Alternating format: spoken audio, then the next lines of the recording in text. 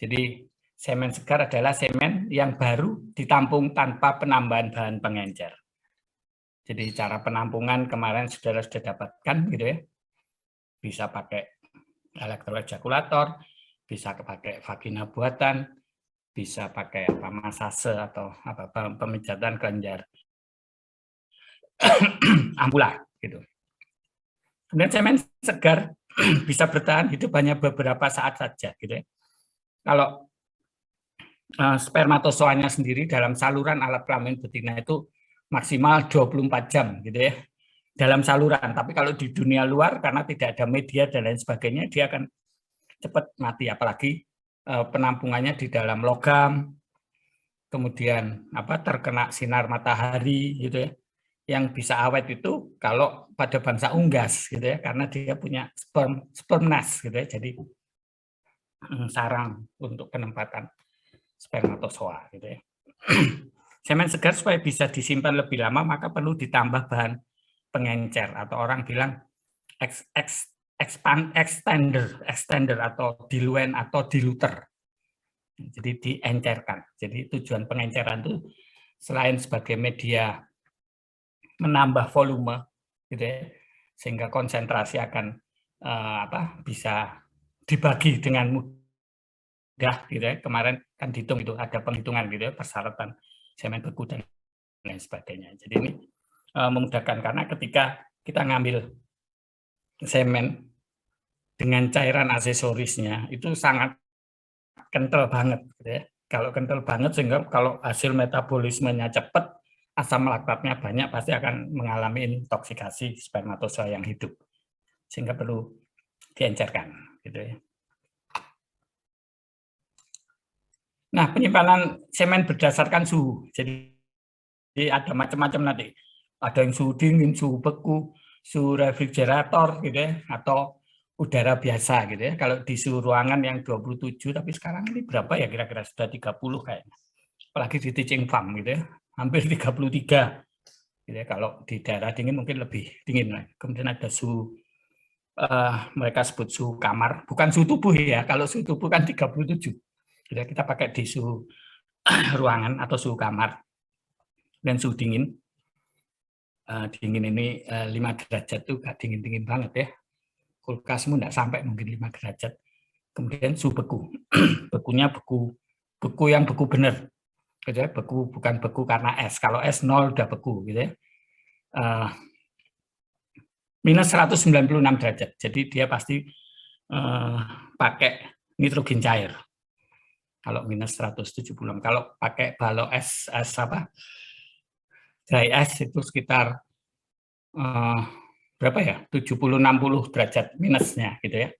Itu biasanya kita kalau membuat pelet nanti kita lakukan demikian gitu. Jadi ada 3 suhu yang kita pakai gitu ya. Kemudian di suhu ruangan itu ada yang simpen basah, artinya cair, semen cair gitu ya.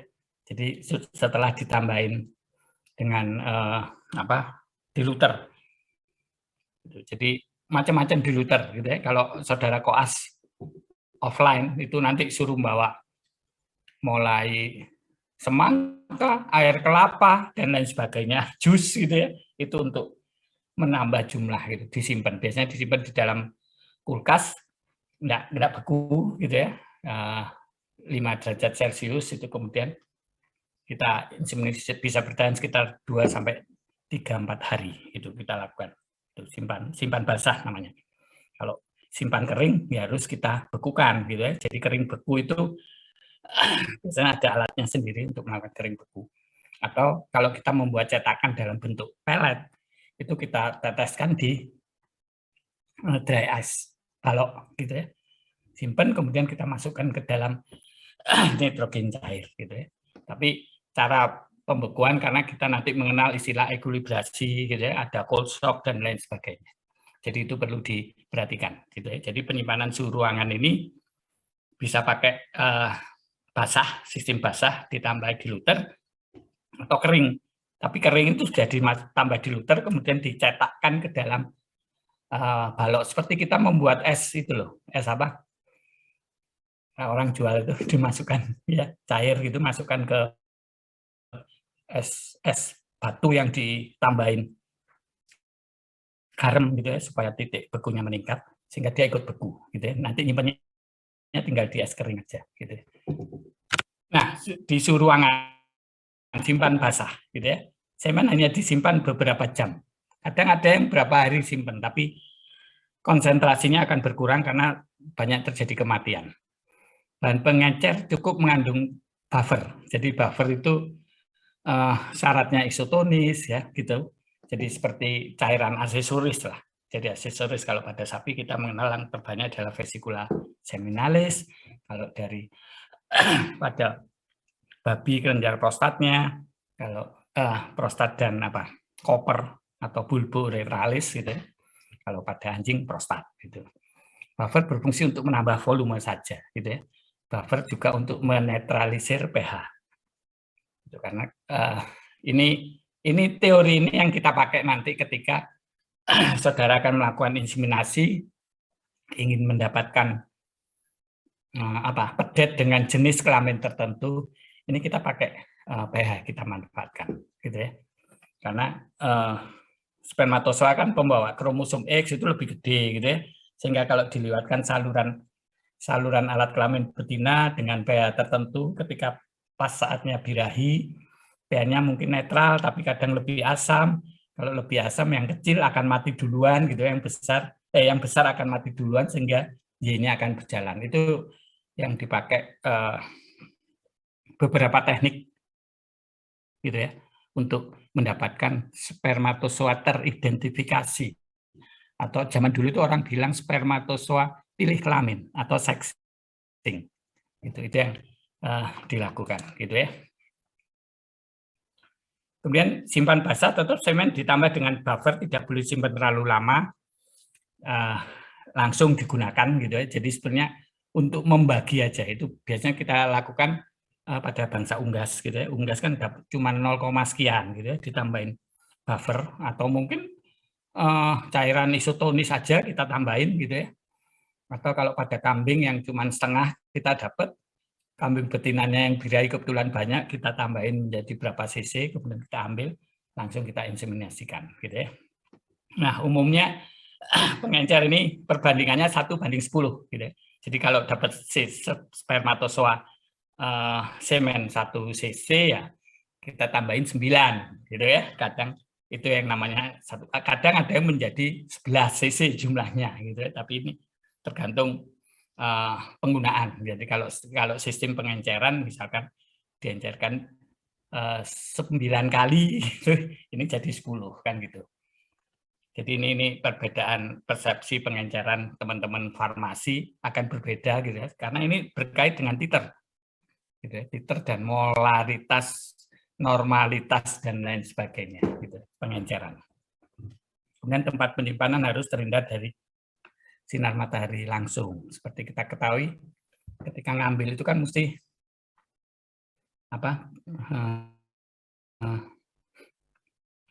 tabung untuk nampung sperma, cone itu kan dilapisin oleh jaket gitu ya, namanya jaket, ada yang dari kulit, ada yang dari kain. Kemudian ketika dibawa dari lokasi pengambilan masuk ke lab itu biasanya terbungkus gitu ya, dibungkus sama handuk atau disimpan di dalam termos gitu ya, termos anget gitu, temperatur kamar, atau biasanya kita pakai 37 derajat gitu baru masuk lab, karena kalau enggak dia akan motilitas pergerakannya akan meningkat sehingga banyak ATP yang terbuang gitu ya. Ketika ATP terbuang, asam laktatnya menjadi tinggi sehingga banyak kematian spermatozoa itu. Kemudian simpan kering. Ini di ruang gitu ya. Semen bisa disimpan sepanjang masa gitu ya. Kering itu artinya kalau pada tumbuhan kita kenal istilah dorman. Dorman ya, atau bangsa apa ya?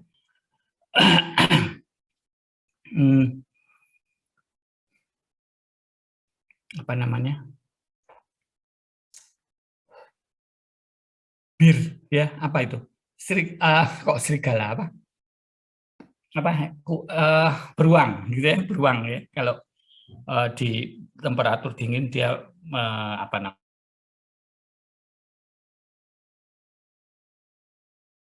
metabolisme itu seminimal mungkin. Gitu. Banyak sehingga kenapa ketika di suhu yang mempunyai empat musim gitu ya, 4 musim itu kebanyakan ketika musim semi, musim gugur itu terjadi perkawinan gitu ya, sehingga musim dingin bekunya itu nggak lahir gitu. Kalau lahir kasihan anaknya, kasihan anaknya. Jadi lahir biasanya di musim semi gitu. Nah di musim gugur, awal musim gugur mereka mencari makan sebanyak-banyaknya supaya badan lemaknya tinggi. Kemudian dia akan melakukan hibernasi gitu ya. Nah spermatozoa sama gitu ya. Jadi dia dibuat dorman, pergerakannya dihambat. Makanya penambahan diluter itu kita kalau pakai kuning telur itu karena molekulnya gede itu akan menghambat pergerakan spermatozoa. Walaupun nanti ada obat kimia yang dipakai untuk cryopreservation gitu ya, untuk membuat pembekuan intraseluler, ada ekstraseluler itu nanti dijelaskan belakang gitu ya. Semen dalam bentuk puder bisa dibuat gitu ya, sehingga kenapa ini sudah dilakukan pada babi gitu ya. Jadi dikering bekukan gitu ya, dikering bekukan, tapi prosesnya harus pelan-pelan, kita jangan langsung dingin mati semua gitu kan. Jadi ada proses nanti yang kita sebut dengan gliserolisasi, kemudian ada apa namanya untuk menghindari cold shock dan lain sebagainya, itu bertahap gitu ya. Jadi pembekuan yang bertahap sampai kemudian ketika beku baru kemudian dibuat kering beku gitu ya. Bahan yang dipakai ini 2 lapis gitu, tabung plastik mini ukuran yang 0,25. Kalau kita pakai straw itu kan ada mini sama medium. Kalau mini straw itu 0,25 mili, kalau medium itu 0,5 isinya yang disegel dengan panas. Jadi hasilnya itu, pernah lihat straw ya? Mudah-mudahan tidak pernah. Straw itu kayak jerami, kayak sedotan gitu ya, sedotan gitu. Nah ini kita nyedot cairan gitu ya, cairannya spermatozoa yang sudah ditambah diluter dengan konsentrasi tertentu gitu, kemudian disil atau ditutup gitu ya, kemudian dibungkus lagi dengan aluminium foil. Ini cara kering yang bukan dengan straw, tapi biasanya kita pakai CO2 dry ice gitu ya, yang kita pakai. Nah di suhu dingin, semen simpan pada lemari pendingin. Refrigerator, bukan di freezernya gitu ya, bukan di freezernya, jadi tidak sampai beku, cuman dingin gitu ya. Dia akan memperlambat pergerakan spermatozoa dan juga akan menyebabkan metabolismenya sedikit berkurang gitu ya, dengan harapan ATP masih tetap ada gitu. Ini hari penyimpanannya gitu ya, penyimpanannya hari gitu. Jadi kalau tadi yang basah itu hanya bertahan jam ya, maksimal 24 jam selesai gitu ya, sudah banyak yang mati. Kalau ini bisa sampai 4-5 hari gitu ya. Bahan pengencer selain mengandung buffer, dia juga harus mengandung lecitin gitu ya. Lecitin itu sebetulnya apa ya? Bahan kimia ekstraseluler gitu ya. Jadi dia mencegah apa ya? Molekulnya gede. Pelapis gitu ya, pelapis lecitin. Bisa dari kuning telur maupun dari kacang kedelai ya. Kalau kuning telur kita saudara sudah kenal diluter kuning telur susu ya, sitrat kuning telur. Kemudian kalau ini dari kedelai ini lecitinnya itu sebenarnya kedelai yang pernah minum susu kedelai ya. Susu kedelai itu yang dihancurkan dulu itu di jus dibuat gitu, terus buat susu kedelai itu yang kita pakai gitu ya, dengan konsentrasi tertentu itu untuk bisa menahan daya hidup spermatozoa dalam range harian gitu, harian. Kalau di suhu beku itu dalam nitrogen cair. Tempatnya namanya kontainer, bukan kontainer truk yang gede itu ya, kontainer itu mirip milk can gitu ya, milk can. Milk can itu tempat susu gitu ya. Kontainer itu nanti ada yang 1 liter, 3 liter. 5 liter, 40 liter, 250 liter gitu ya, gede gitu ya, depo kontainer itu untuk nitrogen cair itu. Tapi kebanyakan kita pakai yang 40 liter gitu ya. Itu ada lapisannya gitu ya. Jadi seperti termos gitu ya, seperti termos. Kemudian straw itu ditaruh dalam kanister gitu ya, dalam kanister. Nanti mungkin apa ya, saudara akan jelas kalau di teaching farm atau koas, koas teaching farm atau koas di repro ketika sudah offline itu pasti akan coba ambilin straw gitu ya dalam kontainer apa namanya kanister, letaknya dalam goblet, karena kalau straw itu dicemplungin semua ke dalam kontainer dia akan lengket gitu ya, lengket ke dinding-dindingnya, sulit ngambilnya gitu ya, sehingga dia harus ada kanister untuk tempat itu. Nah ini puluhan tahun gitu ya, puluhan tahun bisa disimpan asal jangan sampai kehabisan nitrogen, dan cirinya straw itu harus terendam, jangan sampai misalkan muncul 2-3 cm itu nanti yang muncul ini temperaturnya akan berubah dan dia akan tertowing, akan mencair gitu. Nah kalau mencair dia menjadi aktif lagi sehingga dan tidak diinseminasikan akan terjadi kematian gitu ya. Untuk bahan pengencer selain mengandung buffer, lecithin juga harus mengandung cryoprotectant, jadi intra atau ekstraseluler. Jadi nanti saudara kenal apa ya, glycerol gitu ya, itu biasanya cryoprotectant. Kemudian DMSO gitu ya, itu bahan-bahan untuk apa, pembekuan, jadi menahan spermatozoa supaya tidak terkena cold shock gitu. Nah sekarang kita bicara tentang frozen semen, semen beku gitu ya, frozen meat, daging beku gitu ya. Ini semen spermatozoa beku yang kita sebut dengan frozen semen. Kebetulan mereka punya pabriknya gitu ya, yang disebut sebagai Balai Inseminasi Buatan Daerah BIPD. Jadi BIPD itu dulu berasal dari kita punya proyek yang namanya MYER, gitu ya. MYER itu proyek bantuan dari Dikti, berapa 11 miliar atau berapa kita bisa beli alat, kita bisa beli bul. Bulnya itu langsung dari Australia, gitu ya. Kalau sekarang kalau sulit dapat dari Australia itu sekitar 150 juta satu ekor, gitu ya. Itu dengan transport, sudah masuk dengan karantina, pemeriksaan, dan lain sebagainya. Kalau kita beli di bul, kandidat bul di Cipelang, itu umur 3 bulan, 6 bulan, itu sekitar 40 juta, gitu, bersertifikat, karena di hasil transfer embrio. Itu begitu lahir, gitu ya, itu sudah mendapatkan sertifikat, kalau jantannya, gitu. Itu karena Balai Embrio Transfer Cipelang itu juga sudah membuat apa namanya, embrio beku dengan dua kualitas gitu ya. Yang biasa saya nggak ngerti biasa itu yang gimana, saya biasanya kalau beli biasa itu sekitar 40.000 gitu, yang super itu hampir 75 atau 100.000 gitu ya, belum pasti jadi.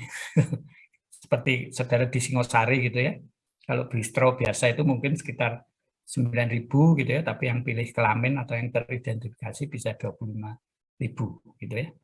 Walaupun pergeseran seks rasionya untuk lahir jantan itu ya nggak bisa 100% gitu kan, yang kuasa kan buat ini semua itu kan bilateral simetris, ada jantan ada betina lah. Kalau betina semua kok dilanangi, kan ini yang jadi persoalan gitu ya. Jadi itu gesernya maksimal, kemarin penelitian teman-teman UB itu sekitar 69 sampai 78% menggeser seks rasio. Nah, kembali ke frozen cement gitu ya. Definisi semen beku. Di semen yang disimpan pada suhu di bawah titik beku gitu ya. Jadi titik beku kalau air itu kan berapa? Saudara kenal anomali air gitu ya. Di plus 5 derajat dia sudah membeku gitu kan ada istilah anomali air, kemudian memuai atau menyusut. Jadi di bawah titik beku, sehingga kita menyimpannya harus pada cairan yang tetap mencair walaupun dia di bawah titik beku. Jadi contohnya misalkan pada suhu minus 79 derajat kalau kita menggunakan dry ice.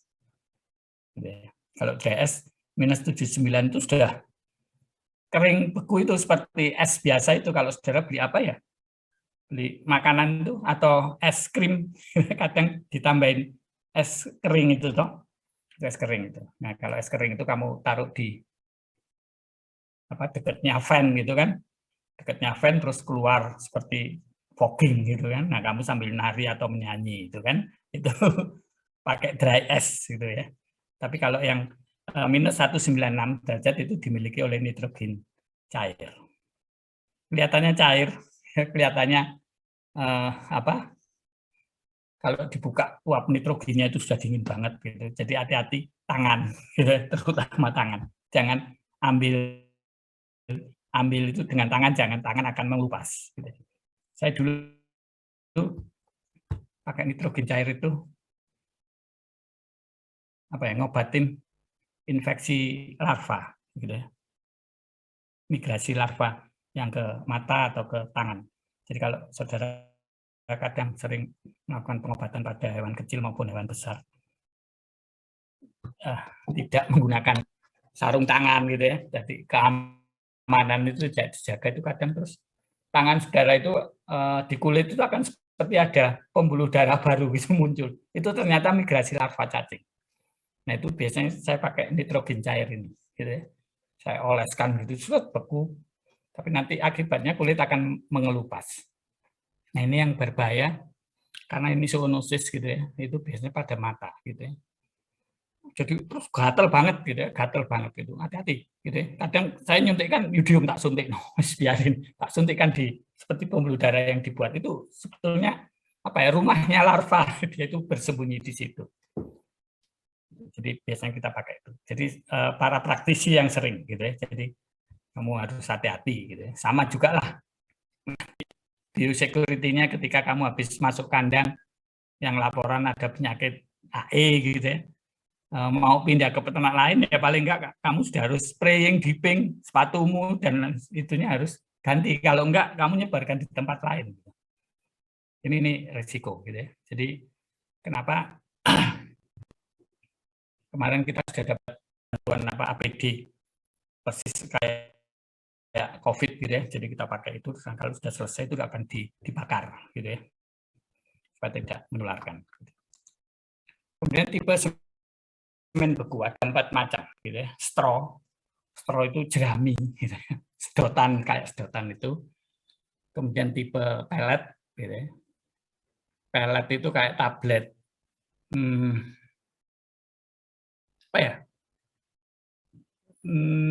obat yang dilapisi gula gitu ya. Seperti pernah lihat Neurobion ya, bukan saya dapat sponsor Neurobion gitu ya, Neurobion tablet gitu ya. Tabletnya kan enggak bundar, agak gepeng-gepeng. Itu pellet, bentuk pellet gitu ya. Kemudian ampul. Jadi kalau ampul itu dimasukkan ke ampul, ampulnya dibakar dulu untuk nutup, untuk silingnya gitu ya. Ampul kemudian pipet. Jadi kalau pipet itu sudah pipet-pipet yang jadi nanti tinggal towing diinseminasikan gitu ya. Jadi ini lebih mahal dan lebih boros gitu ya. Sekarang populer adalah straw. Pellet ini juga pembuatannya akan lebih mudah gitu, bisa dilakukan di luar gitu.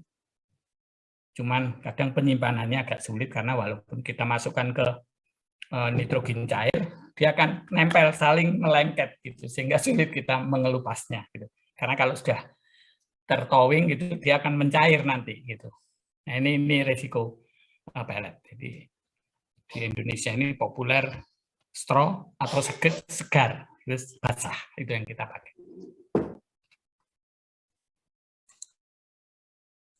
Syarat semen yang akan dibekukan ya, sesegar mungkin, ini maksudnya baru ditampung segera lakukan pemeriksaan makros dan mikros, gitu ya. Jadi mulai kalau makrosnya mulai bau, konsistensi, pH dan lain sebagainya itu dites, kemudian mikrosnya kita lihat yang terutama motilitas, terus abnormalitas, konsentrasi terutama karena konsentrasi itu nanti penting untuk berapa pengencer. gitu ya, berapa diluter, sehingga nanti satu ejakulat itu menjadi berapa straw.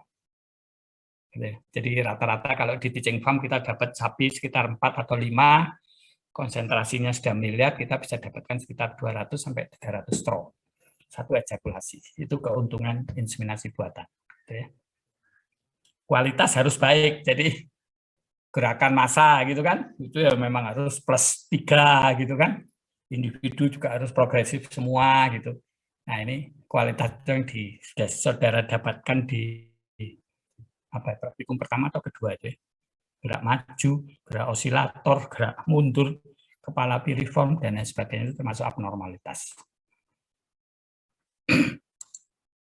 Kemudian dosis inseminasi buatan. Begini, satu straw itu kebanyakan berasal dari pembagian satu ejakulat. Jadi contoh 5 cc yang saya sebutkan tadi itu biasanya menjadi sekitar 100 cc gitu. Kalau 100 cc per straw itu 0,25 berarti dapat 400 straw. Kalau 400 straw sekian miliar berarti sekitar 40 juta gitu ya. Spermatozoa yang hidup. Tapi nanti dalam proses ketika proses pembekuan 50% mati, gitu kan? Proses towing 50% mati, sehingga yang dihitung itu biasanya adalah post towing motility.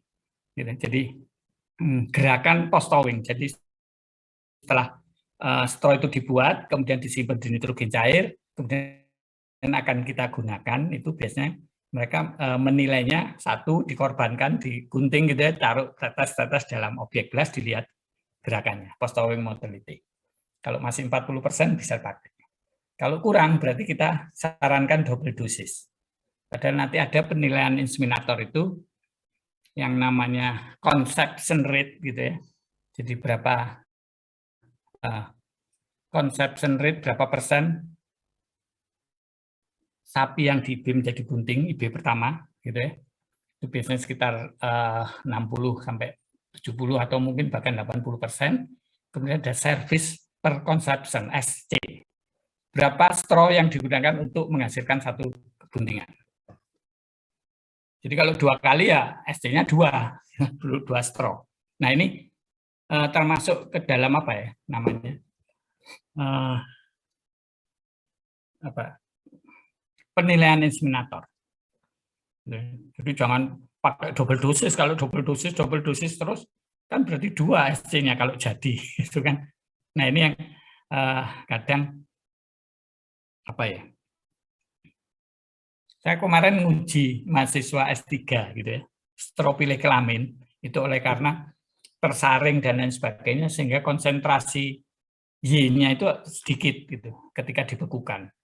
Sehingga mereka harus melakukan double dosis. Pertanyaan saya waktu itu, nah terus inseminator lah kalau double dosis prestasi inseminator kan jadi jelek. Ini yang jadi persoalan gitu. Sehingga apakah nanti strawnya dibuat medium gitu ya, setengah mili gitu sehingga kayaknya tidak menghabiskan banyak straw gitu. Karena kalau menghabiskan banyak straw kan ya untung pabriknya gitu kan. Nah, ini yang jadi perhitungan gitu ya. Jadi kalau pada kambing domba 50-60 juta itu 1 kali IB kebutuhannya. Kemudian proses pembekuan terjadi kematian 40-60%. Sehingga ketika diisi paling enggak ya 125, kalau sapi ini biasanya 40 juta, di atas 40 juta lah. Post towing-nya itu mungkin terakhirnya malah cuma 20 juta gitu kan. 20 juta itu kadang sudah double dosis. Gitu sehingga penilaiannya kenapa kita pakai post towing motility. Evaluasi proses semen beku gitu ya.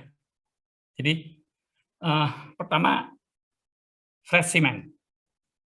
Jadi fresh semen uji-uji awal itu tetap kita pakai. Gitu ya. Makros mikros itu kita pakai. Kemudian pemeriksaan before freezing, sebelum pembekuan. Jadi setelah ditambah diluter gitu ya. Itu kita periksa juga gitu. Apakah banyak kematian? Kalau banyak kematian ngapain di freezing kan gitu. Rugi. Kemudian setelah di freezing baru kita lakukan pemeriksaan post towing motility. Ini pemeriksaan kualitas gitu ya. Jadi balai inseminasi buatan pasti SOP-nya demikian. Ada pemeriksaan fresh semen kualitas untuk menentukan konsentrasi terutama, sehingga berapa diluter yang harus ditambahkan, sehingga kita sudah bisa menghitung berapa straw yang akan dihasilkan dari satu ejakulat. Kemudian pemeriksaan before freezing itu adalah ketika terjadi proses ekuilibrasi. Setelah tambah diluter, diuapkan di dalam nitrogen cair, itu sebelum dibekukan, itu kita periksa before freezing, berapa terjadi kematiannya berapa. Gitu. Kalau kematiannya tinggi, lebih dari 50%, ya nggak usah dibekukan. Gitu. Kemudian pemeriksaan post-thawing motility ketika akan diedarkan. Gitu ya. Ketika akan diedarkan, sampling gitu, satu kontainer misalkan isinya 500 straw, gitu, ambil satu, tunjukkan pada pembeli, kalau PTM-nya lebih dari 40%, nah itu bisa beredar. Itu SOP yang dilakukan oleh Balai Inseminasi Buatan. Kemudian pemeriksaan flash semennya itu makros, mikros kemarin sudah dapat gitu ya, mulai volume, konsentrasi, warna, bau, derajat keasaman gitu ya. Kemudian mikroskopisnya ada gerakan massa, gerakan individu, konsentrasi. Konsentrasi kalau bingung pakai TOMA kita pakai spektro gitu ya. Atau pakai sperm fission. Lebih besar 70% sperma motil progresif. Ya, bergerak progresif ke depan. Kalau muter, ayo jangan dipakai. Gitu ya. Berarti ada gangguan di ekor, gangguan di ATP, dan lain sebagainya. Ini fresh semen.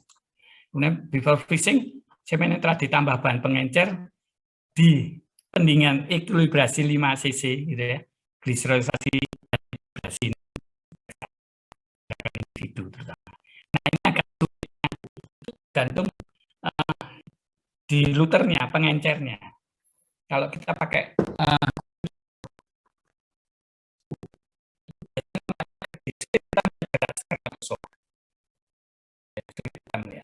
kalau kita pakai susu gitu ya, susu itu juga sulit karena ada globul-globul lemak itu gede gitu ya, sehingga kita sulit lihat geraknya karena dia akan tertahan oleh gerak. Ini gunanya untuk menghambat pergerakan supaya ATP tidak habis gitu ya, tidak segera habis.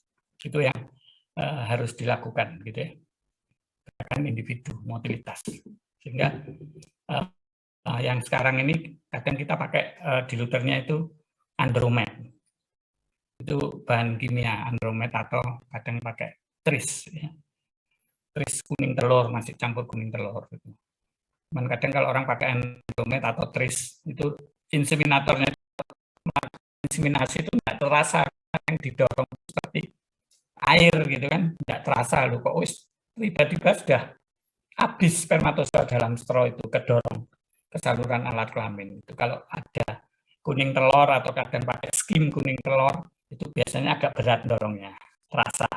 Itu berpengaruh ya bagi inseminator, gitu. Berpengaruh bagi inseminator. Sehingga kadang kalau kita pakai skim kuning telur, gitu, biasanya tuku nang FKH gitu ya, beli FKH, rasa itu naik di bir, gitu agak berat dorongannya, berarti kayaknya spermanya itu kedorong semua gitu. Tapi kalau kita pakai tris atau pakai andromet itu enteng banget gitu, langsung masuk kayaknya gitu ya. Makanya coba saudara belajar inseminasi nanti supaya ngerti gitu ya. Nah, before freezing ini lebih besar 55-60% motil progresif. Kalau kurang dari itu jangan dibekukan gitu ya. Karena nanti post thawingnya tambah rendah lagi gitu. Tambah rendah lagi gitu. Nah, evaluasi semen beku ini pemeriksaan post thawing motility. Orang bilang PTM, post thawing motility. Jadi pengasemen pada gerakan individu progresif setelah pencairan. Jadi pencairan orang bilang kadang thawing, gitu ya, thawing. Jadi diambil dari kontainer itu, dari kanister diambil satu gitu ya, kemudian dicelupkan ke dalam air, kadang air hangat, ojo kopi apa teh, kopi teh yang tak minum nanti, gitu ya, dalam air hangat gitu, suhu kamar. Kalau punya termos inseminator itu biasanya ada indikatornya, gitu ya, warnanya akan berubah jadi hijau, gitu ya, itu thawing, gitu ya. Setelah towing baru kita gunting bagian ujungnya itu, sealnya itu kita gunting, baru kita masukkan ke insemination gun, baru tutup plastik sheet, baru di IB. Tapi kalau ini post towing ini hanya untuk memeriksa kualitas, apakah layak semen beku itu beredar, gitu ya. Sehingga 30% ini untuk motil progresif untuk kambing domba, ini bukan hadiah, gitu ya, kambing dan domba. Gitu. Kemudian 40% lebih besar sama dengan 40% motil progresif untuk sapi. Kalau kurang dari itu, karena sudah terlanjur beli, ya lakukan double dosis. Itu yang biasanya kita lakukan.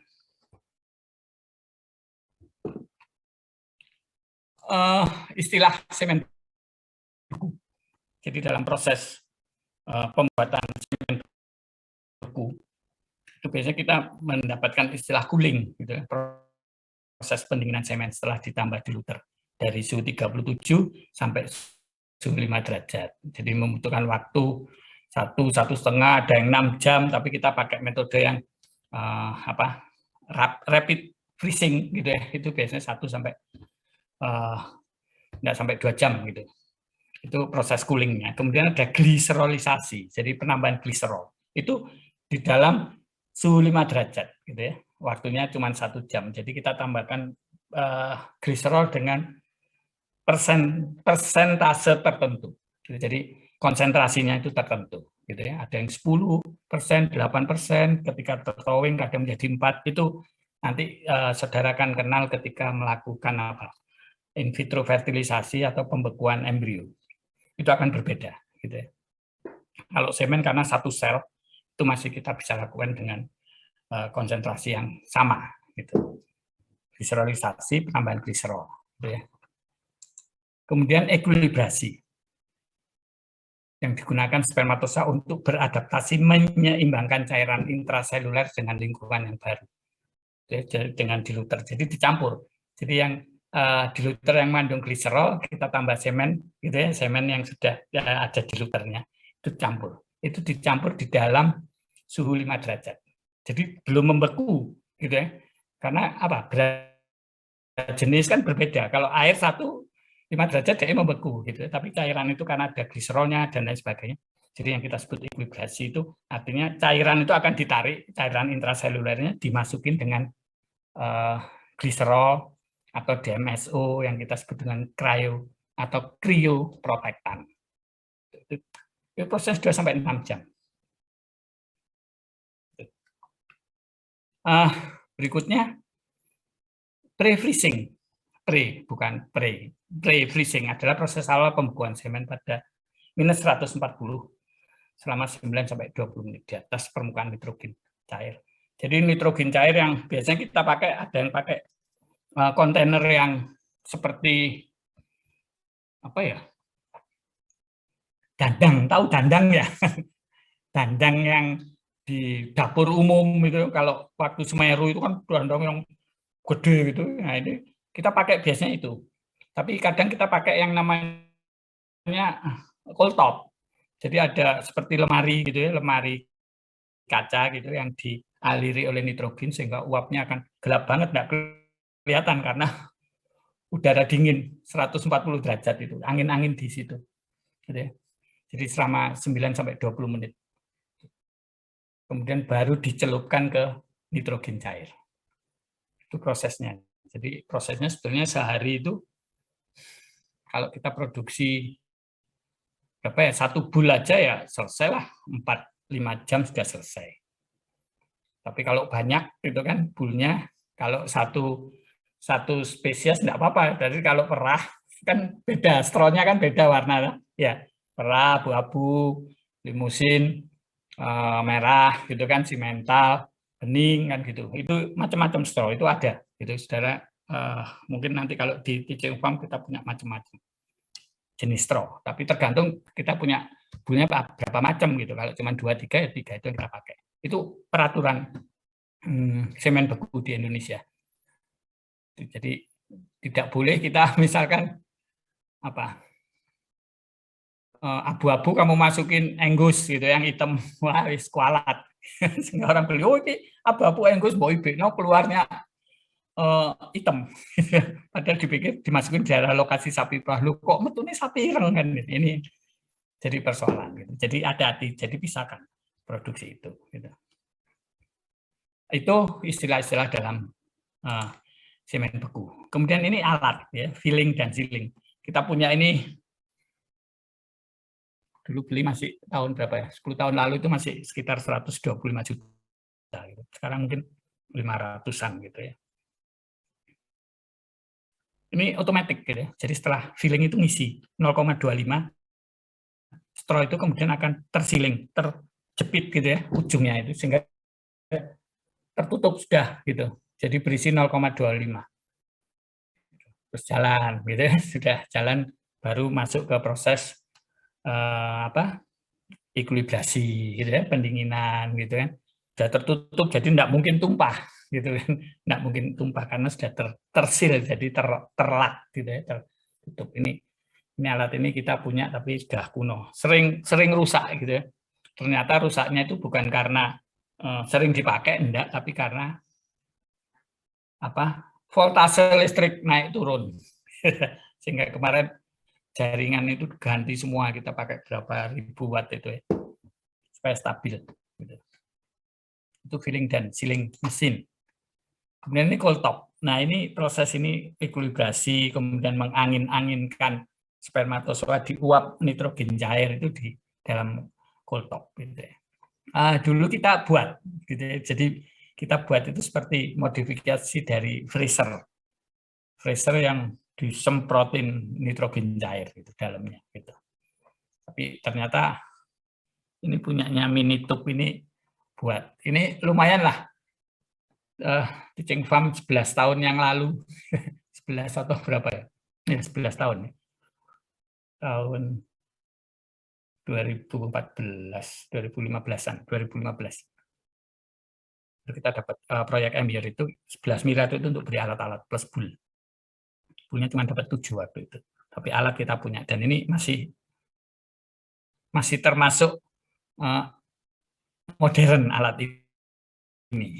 Gitu ya. Jadi hampir semua balai inseminasi buatan pasti harus punya wajib ini karena kita sudah ber-SNI sekarang gitu ya. Jadi semen beku FKH gitu ya, ada nomor registernya itu sudah ada oleh Komite Akreditasi Nasional kan gitu ya. Jadi ada SNI-nya. Jadi sudah layak edar gitu.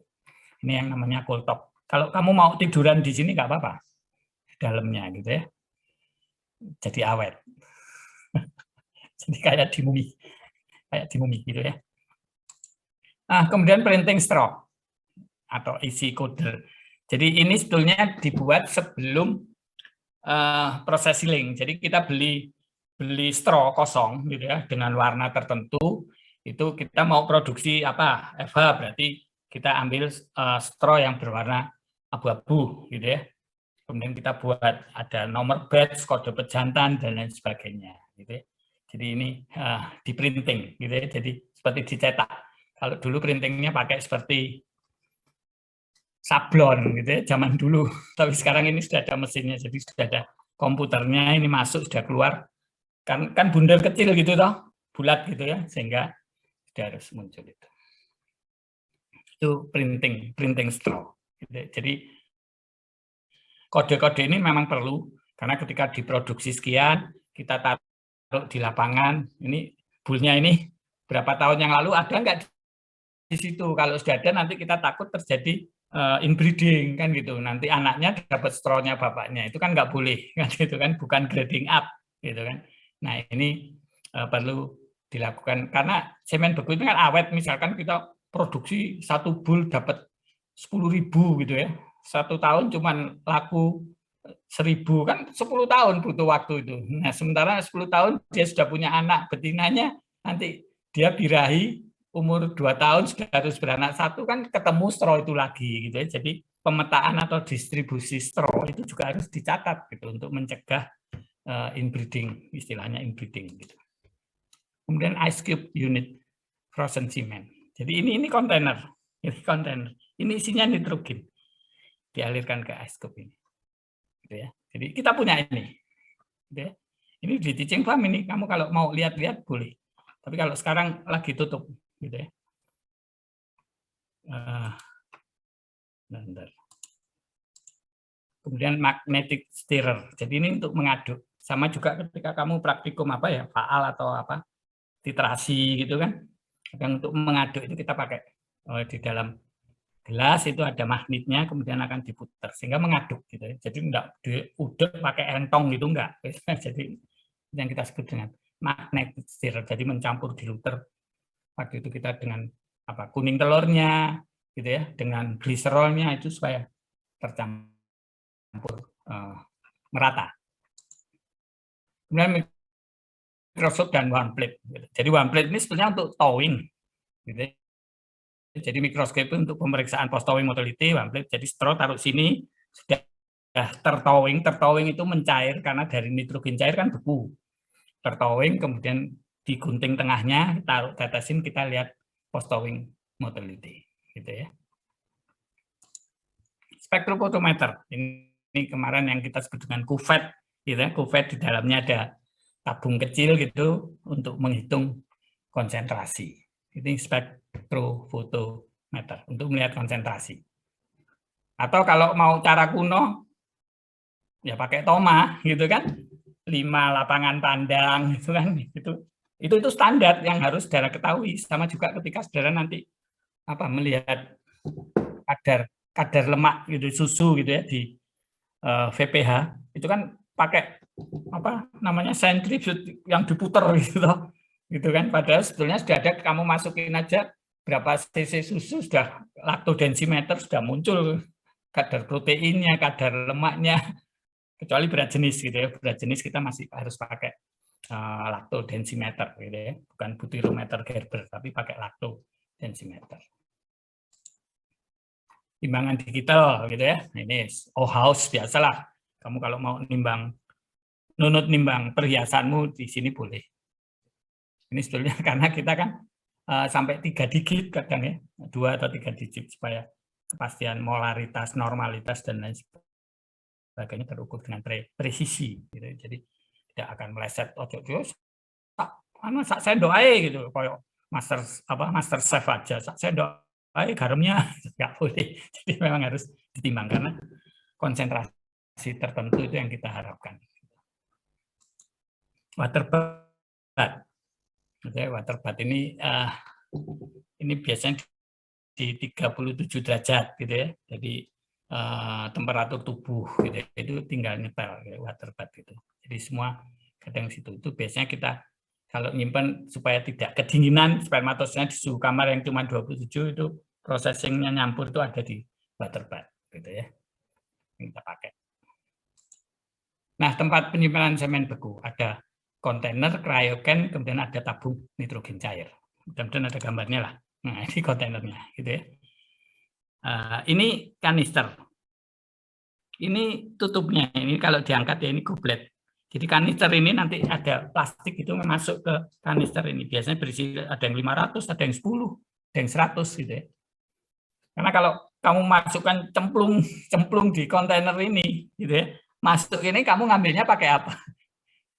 Mereka lengket gitu kan, lengket gitu. Jadi kalau kita towing, jadi dibuang nitrogennya itu akan nempel, terus membeku seperti ada es bekunya gitu, kering gitu ya. Itu sehingga hati-hati. Ini tutupnya ini dari seperti apa? Styrofoam gitu ya. Tutupnya ini ada geret-geretnya ini untuk tempat ini masuk gitu ya. Jadi kadang satu kontainer ini ada berisi bisa 4 sama 5 kanister. Kalau yang kecil hanya 1 gitu ya. Jadi masuk terus kemudian harus diputar supaya ngunci gitu. Kalau enggak dia akan tergoyang-goyang. Itu yang kita sebut dengan kontainer atau cryokan atau tabung nitrogen cair. Nah, ini mulutnya ini ada 1, ini kan 1, 2, 3, 4 gitu ya. Ini 5, 6 gitu. Jadi ini 5 kanister di sini. Jadi 1 kanister berisi 1 goblet. Kalau ini 1, 2, 3, 4 kan gitu. Ini konten. Tergantung mereknya, tergantung buatan mana gitu ya. Kita dulu pertama dari Amerika, gitu ya, pasti bagus gitu kan. Kemudian India buat yang agak murah gitu. Agak murah cuman kalau naruhnya duk gitu kayak termos, di bawahnya itu ada seperti nozzle-nya gitu. Kalau pecah ya wis bocor gitu ya, cepat habis gitu. Saya dulu kalau jadi insinerator daripada bawa termos menuang nitrogen terus, nitrogen 40 liter itu tak bawa di sepeda motor, tak ikat gitu kayak orang jualan susu, ngirim susu, taruh ini bawa ke peternak, bawa kontainer gede kan keren kalau bawa itu daripada bawa termos, dipikir bawa kopi. Ini kita bawa itu ya, kontainer. Bagian-bagian kontainer, jadi ada tutup tadi, tutup itu mana tadi ya? Ini tutupnya, gitu ya, tutupnya.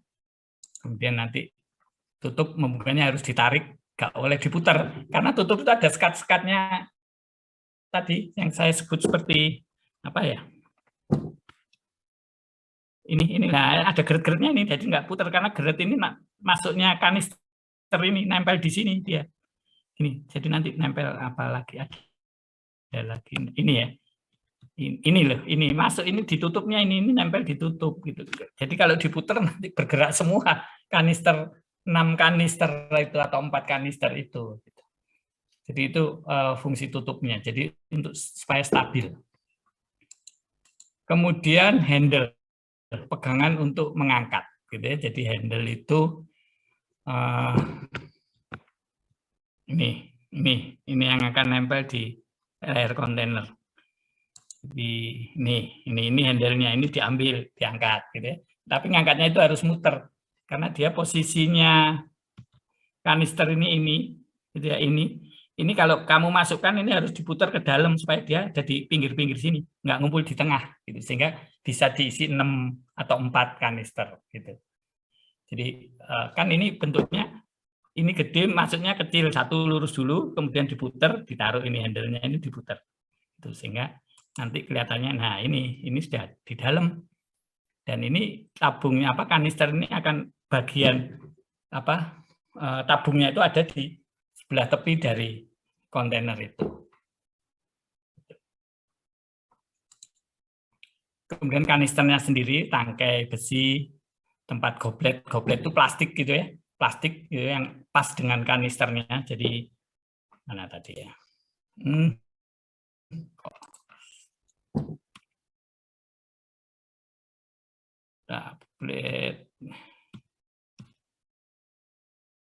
Nah ini ya, di dalamnya ini kanister ini nanti ada goblet plastik gitu ya, plastik setinggi straw gitu, bundar itu masuk pas di ini. Kadang ada yang kanister ini tabungnya tinggi, berarti bisa double diisi ditumpuk gitu. Jadi kamu ngambilnya nanti harus pakai pinset anatomis yang panjang, ojo chirurgis, mancep nanti. Jadi yang pakai anatomis. Tuh. Kemudian goblet tabung tadi itu ada yang isi 10, ada yang isi 100, ada yang 500 gitu. Yang gede itu 500. Jadi tergantung kanister kapasitas berapa. Itu bagian-bagian kontainer gitu ya. Prosedur pembuatan sudah, proses semen beku. Nah, ini langkah-langkahnya gitu ya. Penampungan itu sudah urut tadi ya, tipe straw, tipe pelet gitu ya. Kemudian pembuatan diluter, kalau susu skim 10%, 2 gram, ini ditimbang pakai timbangan tadi itu, gitu ya. Kemudian diaduk, panaskan, aduknya pakai magnetic stirrer, dengan panaskan, itu bisa di water bath, atau di hot plate tadi, kemudian dinginkan lagi, siapkan kuning telur dibuka, ojo kuning telur setengah mateng, campur madu jadi STMJ, keliru, tambahkan fruktose, tambahkan antibiotik, gitu ya. Pen strap penisilinnya sendiri, strapnya sendiri. Karena ada ukuran 10.000 IU per mili, gitu ya. Kalau itu 1 miligram. Kemudian tambahkan buffer sampai 20 mili. Kemudian susu kuning telur. Baca sendiri aja lah. Ya, jadi pembuatan diluter, penyediaan kuning telur, ini disaring. Nah, kuning telur kenapa harus kulitnya itu kan harus dilap gitu ya sama antiseptik. Jadi bedakan antiseptik sama desinfektan, gitu ya. Kalau antiseptik itu untuk benda hidup, kalau desinfektan itu untuk benda mati, gitu ya. Jadi untuk ngelap meja itu desinfektan. Kalau antiseptik itu misalkan untuk kumur, cuci, gitu ya. Hand sanitizer itu antiseptik. Penimbangan antibiotik, bahan pengencer, gitu ya. Aku ada sini teori ada semua, gitu ya, saudara. Kalau sudah punya bukunya, kemarin ujian juga kayaknya sudah disuruh buat, gitu ya. Kalau kita punya sekian straw konsentrasi sekian, jadi berapa straw, berapa diluter yang harus ditambahkan. Lagi nih, cara pembuatan bahan pengencer hingga menjadi semen beku tipe straw. Ini Balai Besar, ini sebenarnya BIBD, Balai Besar Inseminasi Buatan Daerah, gitu ya, punyanya FKH. Kalau yang Singosari itu BB, Balai Besar. Karena bulunya punya 100, kalau kita punya 10. Jadi bukan balai kecil, tapi untungnya bukan balai kecil. Jadi ini SOP, kita punyai pencampuran semen diluter, gitu ya, sebelum ke ekuidrasi, gitu ya. Itu tadi sudah ada cara-caranya, itu volume konsentrasi 250 juta, maka volume kali konsentrasi kali motilitas, konsentrasi 1 kali IB, nah sekian ini ketemu jadi 20 dosis IB. Ya, itu cara menghitung, gitu ya. Padahal spermatozoa kan nggak 250 juta miliar kan, gitu kan. Kalau kita pakai spektro itu bisa ketemu konsentrasinya 10 pangkat berapa, 6 atau pangkat 9, bahkan 9. Gitu. Prosedur pembuatan semen, suhu tadi sudah, gitu ya, pemeriksaan tadi sudah di awal. Kayaknya ada semua deh. Ngobrol-ngobrol tambah batuk saya nanti. Campurkan. Ini enak itu kamu datang ke teaching farm lihat. Itu paling enak. Nanti di koas ya, nanti di koas, gitu ya. Ini nanti di teorinya, gitu kan. Teori itu kan kadang khawatirnya ujianmu, gitu kan, ujianmu. Setelah diketahui dosis IB maka tambah kekurangan diluter. Nah ini kan suruh ngitung berapa cc kan itu, makanya kamu harus baca dan belajar, gitu ya. Campuran didiamkan tadi sudah, filling, sealing, straw, pre-freezing, freezing, kemudian ditenggelamkan, baru pemeriksaan post-thawing motility PTM ini, gitu ya. Jadi lebih besar 30 berapa tadi, 35 sama 40%, gitu ya. Pada kadu, kambing domba, dan pada sapi, gitu ya. Freezing, kemudian, nah, udah selesai, seneng aku. Ada pertanyaan? And show. Kemudian stop.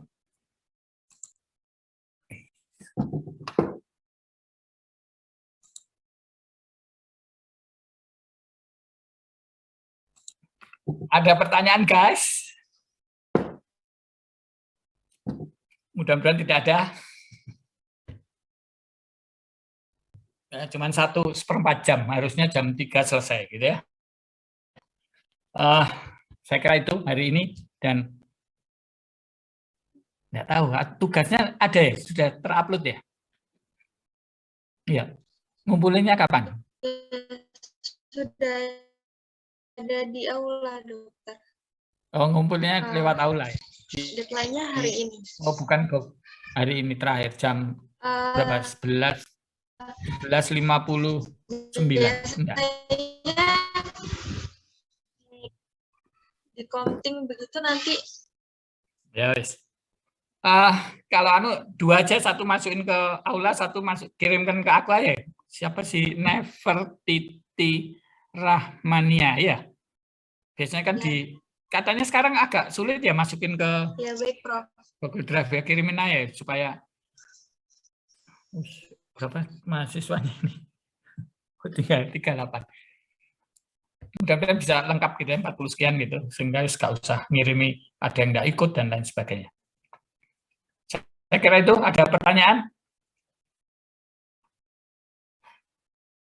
Kalau saya berharap mudah-mudahan kan